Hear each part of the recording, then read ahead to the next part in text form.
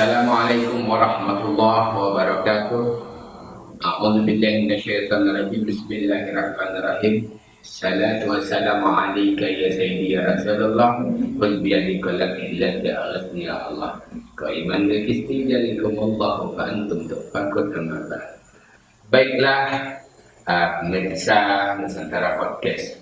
Kali ini saya akan menyampaikan kuliah 7 menit dalam acara materi kita, yaitu yang membatalkan puasa kita tidak mendapatkan pahala ataupun apa-apa, cuma kita mendapatkan haus dan lapar saja.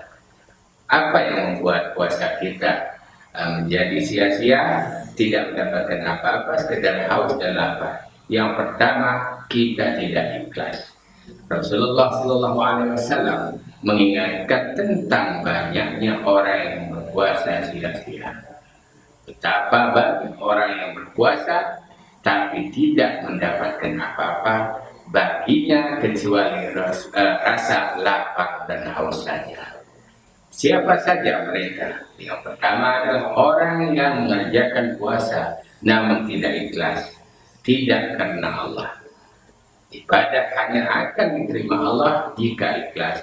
Demikian pula puasa termasuk keutamaannya hanya bisa didapatkan kalau didasari iman dan hanya mengharapkan balasan dari Allah.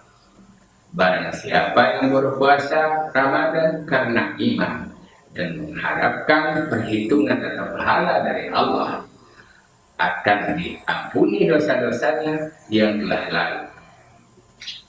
Baiklah, yang selanjutnya yang kedua, itu berkata keji. Orang yang berkata keji alias rapas, yang secara mudahnya berarti pornografi, puasanya juga bisa sia-sia. Puasa adalah perisai, maka barang siapa sedang berpuasa, janganlah berkata keji dan mengumpat. Jika seseorang mencela dan mengajaknya bertekad, hendaklah ia mengatakan aku sedang berpuasa.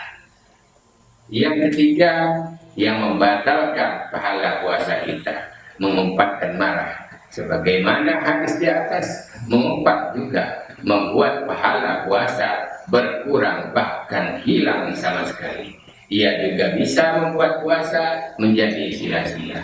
Demikian pula marah, ia juga bisa membuat puasa menjadi sia-sia.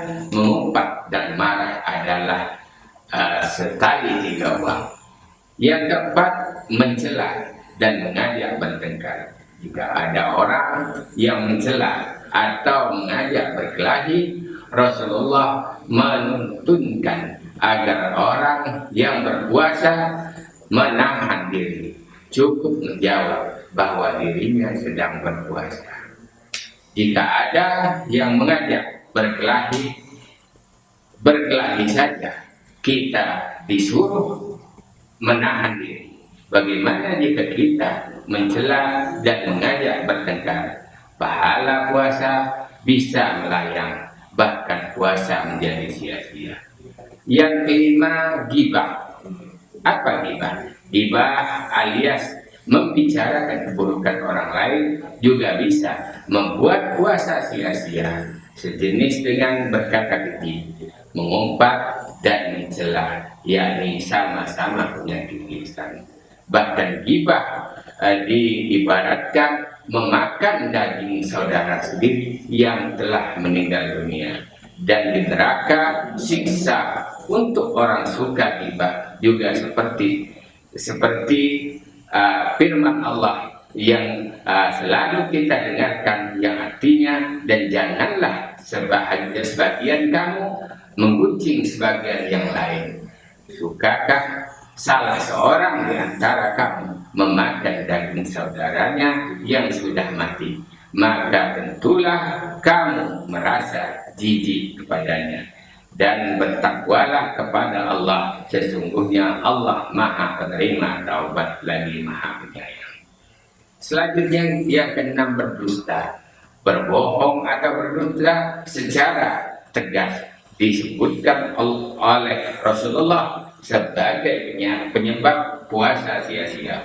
Allah tidak membutuhkan kepada puasa orang yang berdusta. Barang siapa tidak meninggalkan perkataan palsu dan pengamalannya, maka Allah tidak mempunyai keperluan untuk meninggalkan makanan dan minumannya.